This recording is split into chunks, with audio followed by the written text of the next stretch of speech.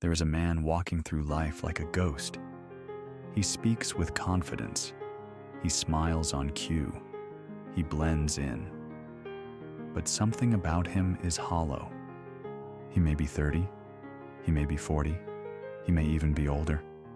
And yet, behind his eyes, there's something untouched, something soft, something unfinished.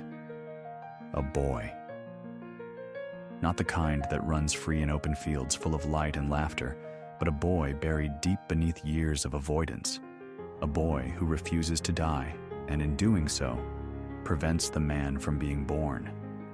He is stuck, not in time, but in psychic amnesia, frozen in an age of innocence, protected by fantasy, terrified of becoming real. And in this man, perhaps, you see yourself. Part 1. The Neverland of the Modern Male. We have created a world without thresholds, a society with no true rite of passage. Once, a boy had to prove himself. He had to hunt, fight, bleed, face nature, face death, face himself. And in that confrontation, he became something new.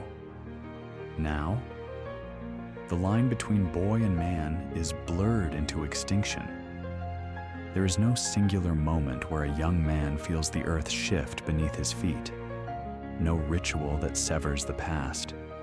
No mentor who stares into his soul and says, "Now it's your turn." So he floats. Through school, through relationships, through jobs, through life. He might have a car, a degree, a beard, but inside, the child still holds the steering wheel, chasing dopamine, fearing depth, craving approval. And no one notices, because we've normalized extended adolescence. We've baptized irresponsibility as just finding yourself. We medicate existential dread with streaming services, casual sex, self-help podcasts, and gym mirrors. We've built a neverland for grown boys, and we reward them for staying. But the soul does not lie. It knows when something essential is missing. It knows when the boy has overstayed his welcome. It begins to ache, to rot, to scream. And if ignored long enough, it begins to sabotage. Part 2. The Origins of the Eternal Boy. Every man who refuses to grow up is not failing. He is protecting something. Underneath the immaturity, the flakiness, the inability to commit, there is a wound, an ancient fracture, a story he never learned how to finish. It often begins in childhood. Sometimes he was the golden boy, adored by his mother, placed on a pedestal too early.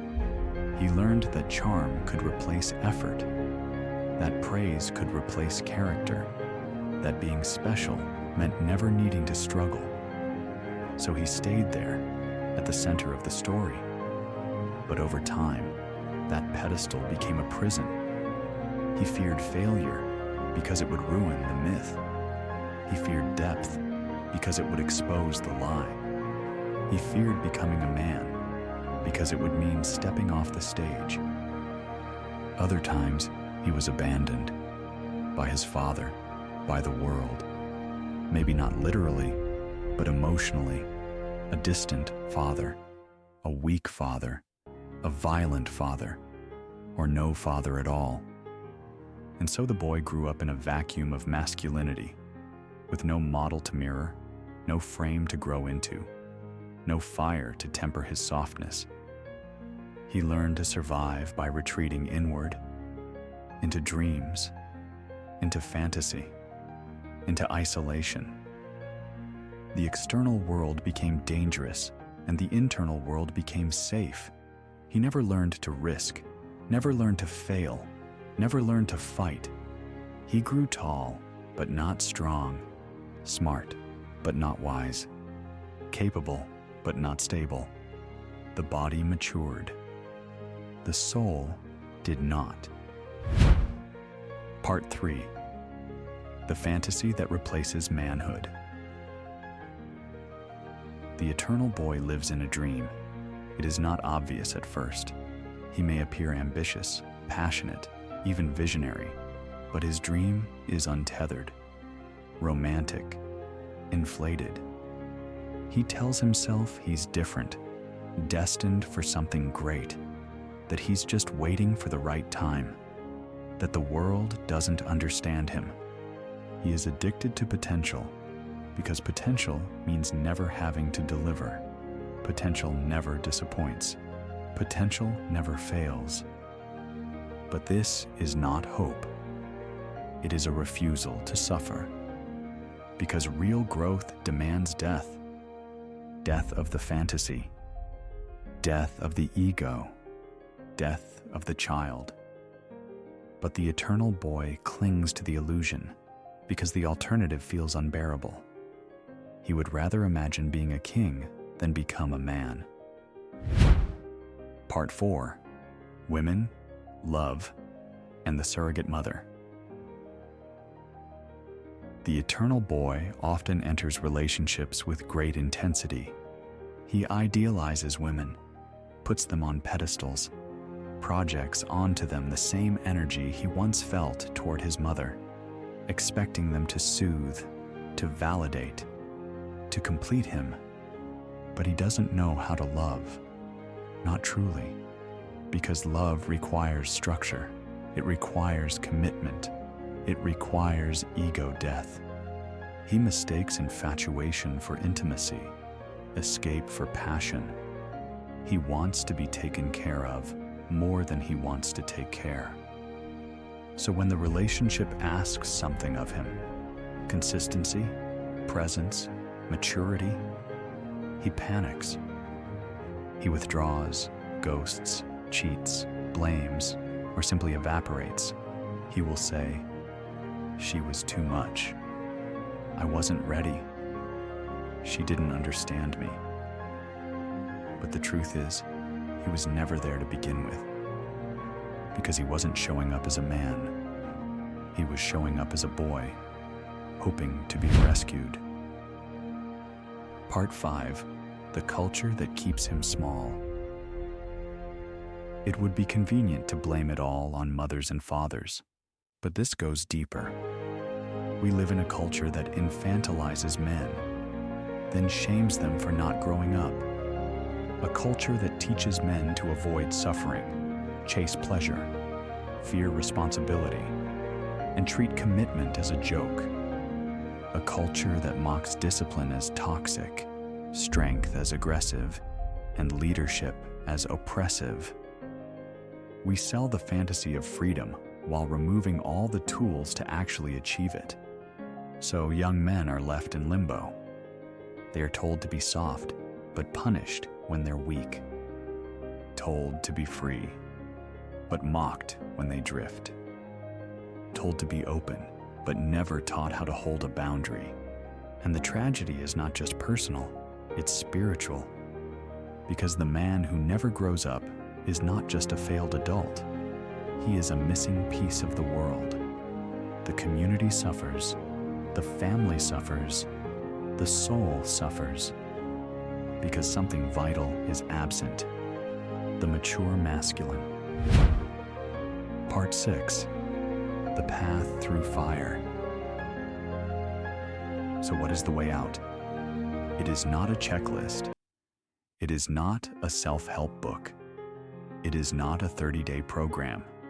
It is a confrontation. A long, brutal look in the mirror. It is the decision to let the boy die.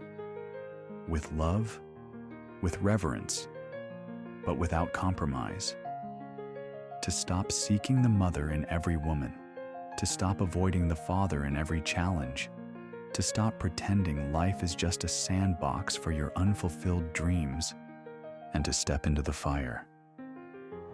That fire may be taking responsibility for your mistakes, committing to something bigger than yourself, learning to suffer without self-pity, facing your addictions, sitting in silence until the old noise fades. There is no path around it, only through. It will hurt, it is supposed to. But through that pain, something begins to change. Your back straightens, your voice deepens, your words carry weight.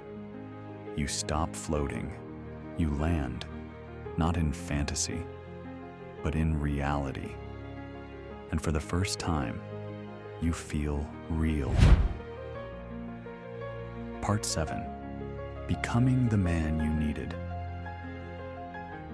There is a moment somewhere along the path where you realize no one is coming to save you. Not your parents, not your friends, not your lovers, not your therapist. The boy inside you waited years for someone to make him whole. But now, you understand. That's your job, to become the father you never had, to become the leader you once feared, to become the man the world hoped you'd become, but stopped believing you could.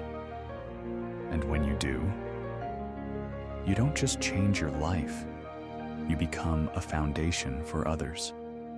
You become trustworthy, grounded, dangerous, but in the right way. You become a creator of order, a bringer of clarity, a source of peace, not because you're perfect, but because you're real. And in a world of ghosts, that is a miracle. Final reflection, the quiet rebirth. One day, you will wake up, and you will no longer feel the boy clawing inside your chest, not because he vanished, but because he was finally seen, finally honored, and finally released.